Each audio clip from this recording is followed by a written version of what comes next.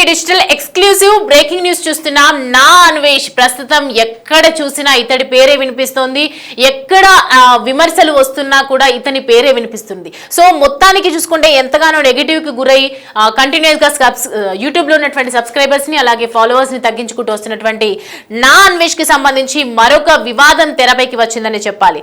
ఇంతవరకు ఒక లెక్క చూసాము, సినిమా ఇండస్ట్రీ మీద శివాజీ చేసినటువంటి కామెంట్స్ మీద ఒకవైపు వాళ్ళని శివాజీని విమర్శిస్తూ రకరకాలుగా నీచమైనటువంటి బూతులు మాట్లాడుతూ ఒక మన హిందూ సమాజాన్ని, హిందూ దేవుళ్ళని కూడా అవమానిస్తూ మాట్లాడినటువంటి వీడియోస్ కూడా అన్వేషణ చూసినాం. దాంతో తర్వాత నెటిజన్స్ తీవ్ర స్థాయిలో మండిపడటం, ఇటు ఎక్కడ చూసినా కూడా నా అన్వేష్ పై కఠిన చర్యలు తీసుకోవాలని చెప్పి ఇటు పోలీస్ నుంచి అధికారుల నుంచి స్పందన రావటం, దాని తర్వాత ఇటు నెటిజన్స్ కానివచ్చు, సోషల్ మీడియాలో నార్మల్ గా సామాన్య పీపుల్ కూడా ఎక్కువగా దీనికి ఎక్కువగా అట్రాక్ట్ అయిపోయి ఎక్కువగా నా అన్వేష్ ని హార్ట్ లోకి తీసుకొని విమర్శలు చేయడం, గట్టిగా అతని మీద దాడులు చేస్తామని చెప్పేసి ఒకవైపు పెద్ద ఎత్తున చర్చలు అయితే జరిగాయి. సో ఇప్పుడు మనం చూసుకుంటే ఇంత జరుగుతున్నా మరి నా అన్వేష్ బుద్ధి మారుతుందా, వైఖరి మారుతుందా అంటే అస్సలు దాన్ని నో అనే చెప్పాలి. ఎందుకంటే నా అన్వేష్ ది ఇటీవల మనం వీడియో రిలీజ్ చేసినటువంటి ఆ వీడియో కనుక చూస్తూ ఉంటే దాంట్లో ఈ వివాదంకై ఇంకా వెనక్కి తగ్గలేదని మాత్రం అర్థమైపోతుంది. ఆంజనేయుడు తనకు అభయం ఇచ్చాడంటూ మరో వీడియో విడుదల చేశారు అన్వేష్. తనపై విమర్శలు చేసిన వారికి కౌంటర్ గా ఈ వీడియో రిలీజ్ అయినట్లు మనకు క్లియర్ గా అతని మాటల్లో అర్థమవుతుంది. అయితే కాషాయం అప్పుకొని దేశాన్ని దోచుకునే వారి అంతు చూస్తానని, బత్తాయిల్ని బత్తాయితోనే కొడతానని శపథం చేయడం జరిగింది. తనను కలలోకి ఆంజనేయ స్వామి వచ్చి ఇటు సుబ్రహ్మణ్యేశ్వర స్వామి విగ్రహం ఇచ్చాడంటూ వీడియో రిలీజ్ చేయడం, ఇదంతా కూడా ప్రస్తుతం సోషల్ మీడియాలో పెద్ద ఎత్తున చర్చ జరుగుతుందని చెప్పాలి. ఇంతవరకు సినిమా ఇండస్ట్రీ మీద శివాజీ చేసినటువంటి వ్యాఖ్యల మీద మాట్లాడినటువంటి అన్వేష్ తాజాగా రాజకీయాల మీద కూడా మాట్లాడటం అనేది ఒక వివాదానికి దారిలేపుతుందని చెప్పాలి. ఒకసారి మనం అన్వేష్ మాట్లాడినటువంటి వీడియో ఉంది, ఒకసారి బయట చూద్దాం. సుబ్రహ్మణ్యేశ్వర స్వామిని పెట్టుకో రాత్రి ఆంజనేయ స్వామి కనబడి సుబ్రహ్మణ్యేశ్వర స్వామిని ఇచ్చారు. వినాయకుడు ఉన్నారు కదా నీ పక్కన, వాళ్ళ తమ్ముడిని సుబ్రహ్మణ్యేశ్వర స్వామిని పెట్టుకో విజయాలన్నీ కలుగుతాయి అన్నారు.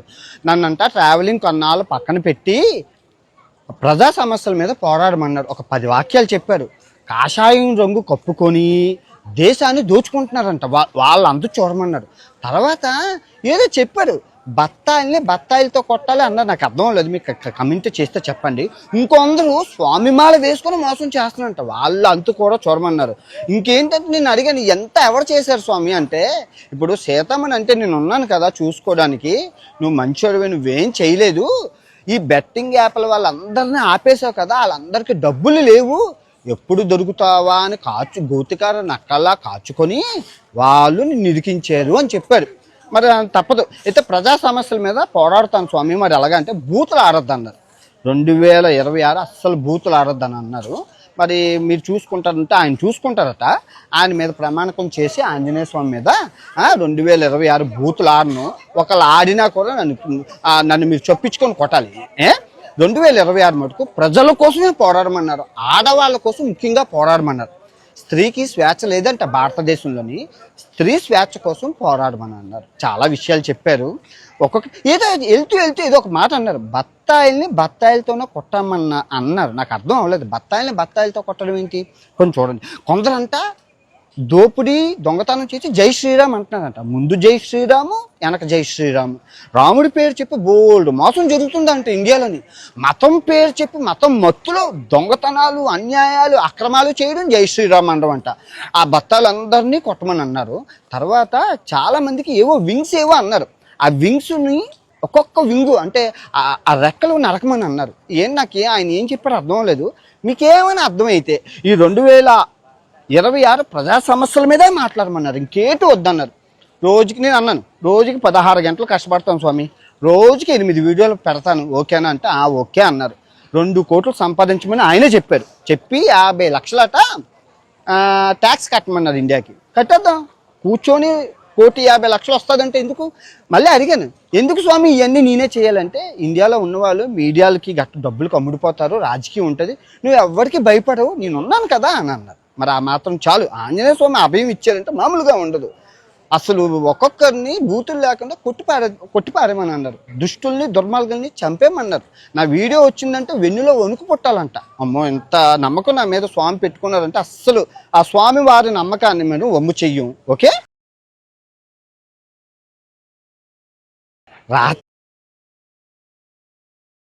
కామెంట్ చేస్తున్నారు.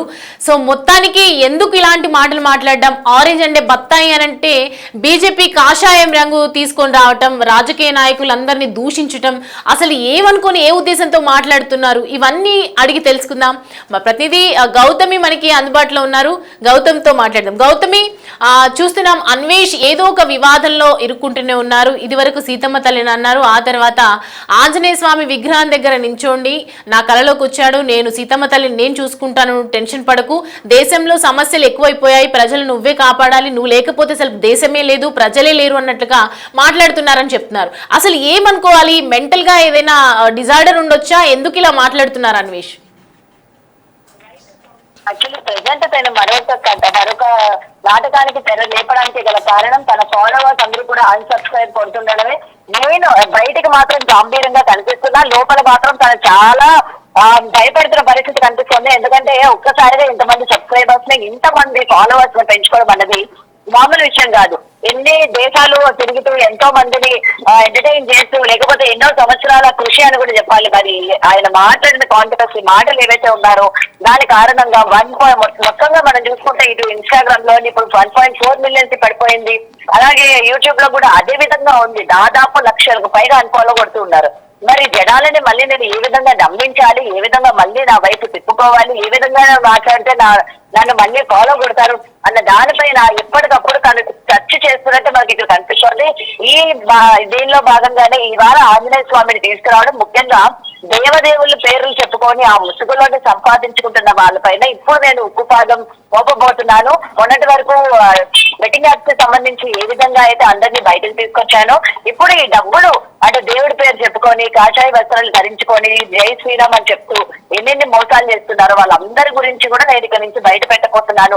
అంటే మరొక నాటకానికి తెరతీశాడు. అంటే ఈ రోజు వరకు దేవుడిని తిడితే ఏ విధంగా ఉంటుంది పరిణామాలందరినీ క్లియర్ గా చూశారు. కాబట్టి అయితే ఇది కాదు, దేవుడి పేరు చెప్పుకొని మోసం చేసే వాళ్ళ గురించి కనుక బయటికి తీసుకున్నట్లయితే మళ్ళీ నా ఫాలోవర్స్ అందరూ తిరిగి నాకు వస్తారు, మళ్ళీ వాళ్ళందరూ నన్ను సబ్స్క్రైబ్ చేసుకుంటారు, మళ్ళీ నేను దేవుడికి నమ్ముతాను, నేను కూడా ఒక సనాతన ధర్మాన్ని పాటిస్తాను అని చెప్పి జనాలు పిచ్చి గొర్రెల్లాగా నమ్మేస్తారు అని చెప్పి ఏదైతే ప్లాన్ చేశారో. బట్ అయితే ఇది చూసిన తర్వాత ఆ వీడియో కింద కమెంట్స్ కనుక చూసుకున్నట్లయితే ఏ ఒక్కరు కూడా నమ్మే పరిస్థితి కనిపించట్లేదు. వెంటనే వాళ్ళు కూడా చెప్తున్నారు, మొన్నటి వరకు దేవుడిని తిట్టి ఈ రోజు దేవుడిని అడ్డం పెట్టుకొని నువ్వు మళ్ళీ కొత్త ఏమన్నది నువ్వు ఆడబోతున్నావా అండేసి అని చెప్పి ఇవాళ మరొకసారి మండిపడుతున్న పరిస్థితి కనిపిస్తుంది. కానీ ఇక్కడ ఆంజనేయ స్వామిని తీసుకురావడం, బత్తాయిలు అని చెప్పి మాట్లాడిన ఆ మాటలు ఏవైతే ఉన్నాయో నిజంగా అభ్యంతరకరంగానే ఉన్నాయి. మరి ఇక్కడ కూడా ఇంక ఎవరెవరు ఉన్నారు, పెద్ద పెద్ద వాళ్ళని ఇందులో ఇన్వాల్వ్ చేస్తాడు అని చెప్పి కూడా ఇక్కడ మనకి క్లియర్ గా హింట్ కూడా ఇవ్వడం జరిగింది. తన రానున్న వీడియోల్లోని ఎవరెవరు ఈ ముసుగులోని దొంగతనాలు చేస్తూ ఉన్నారు, లేకపోతే డబ్బులు దోచుకుంటూ ఉన్నారు, లేకపోతే భక్తులు అని చెప్పి వాళ్ళని ఎంకరేజ్ చేసుకుంటూ ఉన్నారు, వాళ్ళందరి పేర్లు కూడా బయట పెట్టి జనాల్లో మరొకసారి మనం సింపతి గెయిన్ చేద్దాం, మరోసారి ఒక్కసారిగా పబ్లిక్ అటెన్షన్ గ్రాప్ చేద్దాం అని చెప్పి ఏదైతే ప్లాన్ చేస్తూ ఉన్నారో దానికి అంటే దానికి ఆలోచించుకొని ఇవాళ ఇక్కడ నేను ఈ వీడియో అనేది రిలీజ్ చేయడం జరిగింది. కానీ తను ఎన్ని వీడియోలు రిలీజ్ చేసినప్పటికీ అది కాంట్రవర్సీకే దారి తీస్తుంది తప్ప ఎవరు కూడా జనాలు నమ్మే పరిస్థితుల్లో లేరు. మరొకసారి ఇక్కడ ఆంజనేయ స్వామి పేరు తీసుకొచ్చినందుకు ఇంకాస్త మండిపడే పరిస్థితులే కనిపిస్తున్నాయి. కానీ నిన్ను ఎవరు నమ్మరు అన్వేష్ అని కూడా ఇక్కడ క్లియర్ గా జనాలు చెప్తున్న పరిస్థితి అయితే కనిపిస్తుంది సౌమ్య. సో ఇదే కాకుండా ఇక్కడ కొంతమంది మతాలను తీసుకొచ్చే ప్రయత్నం కూడా చేస్తూ ఉన్నాడు. అండ్ మరికొంతమంది పెద్ద పెద్ద పొలిటీషియన్స్ కూడా తీసుకొచ్చే ప్రయత్నం చేస్తాడు అని కూడా మనకి ఆ వీడియోలో స్పష్టమవుతుంది. అయితే ఒక్క పార్టీని ఎందుకు అనడం జరిగింది, కాషాయ జెండాని అంటూ ఉన్నారు, మిగతా పార్టీని కూడా అనొచ్చు కదా, దేశంలో అనేక రకాల పార్టీలు ఉన్నాయి, ఒక్క పార్టీని తీసుకొచ్చి ఒకటే కాషాయం జెండా అని చెప్తున్నారు, ఒకవైపు ఆరెంజెస్ చూపిస్తున్నారు, బత్తాయిని బత్తాయితోనే కొడతా అంటున్నారు, ఎందుకని ఆయన ఇంటెన్షన్ ఏమై ఉంటుంది? రైట్ సౌమ్య, ఎందుకంటే ఇక్కడ ఒక పార్టీ ముఖ్యంగా బీజేపీకి సంబంధించి ఎక్కువ శాతం దేవుళ్ళ గురించి ఏం మాట్లాడినా లేకపోతే దేవుడికి సంబంధించి ఎవరు విమర్శించినా వెంటనే రియాక్ట్ అయ్యి సనాతన ధర్మం గురించి చెప్తూ ఉండడం కావచ్చు, లేకపోతే వాళ్ళకి దేవతల గురించి చెప్పడం కావచ్చు. సో ముఖ్యంగా ఆ పార్టీలో జరుగుతున్న మోసాలు, ఆ పార్టీలో జరుగుతున్న క్యాష్ చేసుకుంటున్న నాయకుల గురించే నేను చెప్తాను అన్నట్టయితే ఇక్కడ మనకి క్లియర్ గా కనిపిస్తోంది. మరి జై శ్రీరామ్ ఈ మధ్య కాలంలోని మీడియా ముందుకు వచ్చిన తర్వాత సనాతన ధర్మాన్ని పాటించాలి అన్న దానిలోని ప్రతి ఒక్కరు కూడా జై శ్రీరామ్ అనే ఒక నినాదం ఏదైతే వాళ్ళు చెప్తూ ఉన్నారో, మీడియా ముందు పెద్ద పెద్ద నాయకులు మాట్లాడుతూ ఉన్నారు, సెలబ్రిటీస్ మాట్లాడుతూ ఉన్నారు, ఇలా ప్రతి ఒక్కరు కూడా జై శ్రీరామ్ అని చెప్పి మాట్లాడుతున్న పరిస్థితి కనిపిస్తుంది. మరి వీళ్ళలో ఎంతమందికి దైవభక్తి ఉంది, ఎంతమంది దేవుడి పేరు అడ్డం పెట్టుకొని ఎంత పెద్ద పెద్ద మోసాలు చేస్తా ఉన్నారో వెయిట్ అండ్ సీ. అవన్నీ కూడా నేనే తీసుకొస్తాను. నన్నే ఎందుకు ఎంచుకున్నాడంటే నేను అన్ని నిజాలు మాట్లాడతాను కాబట్టి నన్నే ఎంచుకున్నాడు దేవుడు అని కూడా చెప్పడం జరిగింది. అంటే ఇప్పుడు ఇండియాలో ఉన్నారనుకోండి, ఎవరో ఒకరు డబ్బులు పెట్టి ఏదో ఒక పార్టీ నాయకులు డబ్బు పెట్టి నువ్వు ఇక్కడితో ఆపేయాలి అని చెప్పి కొనేసే ప్రయత్నం చేస్తారు. కాబట్టి నేను ఇక్కడి నుంచే మొత్తం నడిపిస్తాను అని చెప్పి మరొకసారి ఇదంతా కూడా చెప్పడం జరిగింది. మరి చూడాలి ఎటువంటి వీడియోలు రిలీజ్ చేస్తాడు, లేకపోతే ఎవరి గురించి ఏ నాయకుల గురించి లేకపోతే ఏ సెలబ్రిటీల గురించి చెప్పే ప్రయత్నం చేస్తారో కూడా చూడాలి. మరొకసారి బెట్టింగ్ యాప్స్ కి సంబంధించి కూడా తన స్టేటస్ లో పెట్టడం జరిగింది. మీరు ఎవరెవరిని పెంచి పోషిస్తా ఉన్నారో వాళ్ళపైన ఎందుకు ఇంకా యాక్షన్స్ తీసుకోవట్లేదు, వాళ్ళు బాగానే షోలు చేస్తున్నారు, బిగ్ బాస్ లాంటి రియాలిటీ షోల్లోనే పార్టిసిపేట్ చేస్తున్నారు, అందులో హీరోయిన్స్ ఉన్నారు, బడాబాబులు ఉన్నారు, వీళ్ళందరూ బెట్టింగ్ ప్రమోట్ చేసిన వాళ్ళు ఉన్నారు. మరి దీని వైపు ఒక్కసారి లిస్ట్ చేయండి, దీని ఎందుకు ఇంకా అలా గాల్లో వదిలేశారు అని చెప్పి మరొకసారి ఈ యొక్క టాపిక్ ఏదైతే ఉందో తెరపైకి తీసుకొచ్చే ప్రయత్నం కూడా చేశారు సౌమ్య.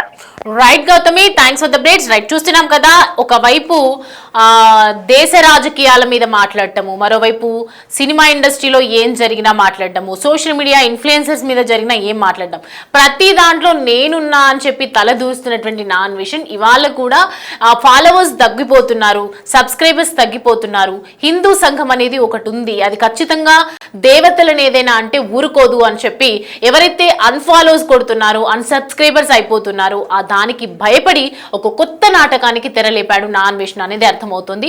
దేశంలో ఉన్నటువంటి రాజకీయ సమస్యలన్నింటినీ కూడా నేను తీరుస్తాను, దేశంలో ఉన్నటువంటి ప్రజా కోరికలన్నీ కూడా నేను చూసుకుంటాను, ఇక్కడ నువ్వు ట్రావెలింగ్స్ ఆపేయి అని చెప్పడం.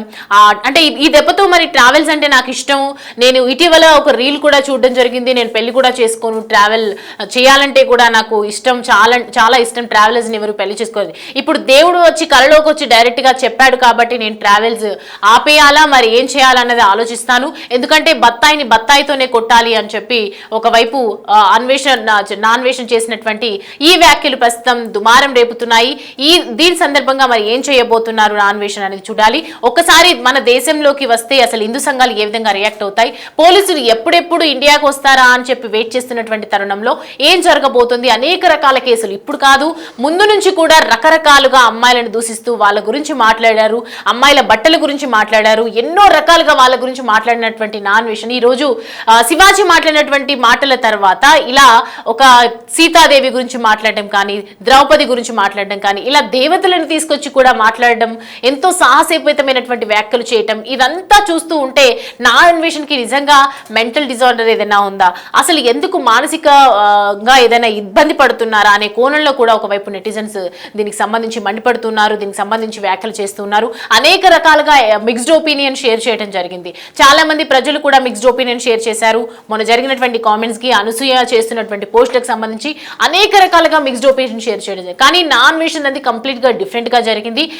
హిందూ సంఘాలని అందరినీ కూడా ముఖ్యంగా హిందువులని బాధ పెట్టే విధంగా మాట్లాడినటువంటి మాటలు, దేవతలని దేవుళ్ళని ఎంతో ఆరాధ్యంగా పూజించే మన కొండ మీద, తిరుపతి కొండ మీద ఇప్పుడు చూస్తూ ఉన్నాము ఎంత ఇష్టంగా వెళ్తున్నటువంటి భక్తులు ఎంతో మంది ఉన్నారు. సో వాళ్ళందరికీ మనోభావాలు దెబ్బతిన్నాయి, అందువల్లని వాళ్ళ ఫాలోవర్స్ ని తగ్గించుకుంటూ ఉన్నారు. కాబట్టి ఈ ఒక్కసారిగా భయం పుట్టి ఏదో ఒకటి మాట్లాడాలి, ఆంజనేయుడే నా అండ ఉన్నారు మీరెంత అనే విధంగా ఆయన మాట్లాడినటువంటి మాటలు ప్రస్తుతం అయితే దుమారం రేపుతున్నాయని చెప్పాలి. మరి దీనికి సంబంధించి బీజేపీ పార్టీ ఏం స్పందిస్తుంది, ఎందుకంటే స్పెసిఫిక్ గా రాజకీయంగా ఎక్కువగా హిందూ సనాతన ధర్మం గురించి కావచ్చు, ఏం జరిగినా కూడా హిందువుల గురించి ఎక్కువగా కాపాడుకునేది బీజేపీ పార్టీ కాబట్టి ఖచ్చితంగా పాయింట్అవుట్ చేసి ఎక్కువగా వాళ్ళని టార్గెట్ చేసి మాట్లాడితే ఇప్పుడు ఇదంతా కూడా ఒక సొల్యూషన్ ఉంటుంది అని చెప్పేసి ఒక అతి తెలివితో మాట్లాడినటువంటి నాన్ విషన్ వ్యాఖ్యలకు ఏ విధంగా స్పందిస్తుంది, అసలు ఏ చర్యలు తీసుకుంటారు, నాన్ విషన్ గురించి ఏం మాట్లాడతారనేది కూడా వేచి చూడాల్సిన అంశం.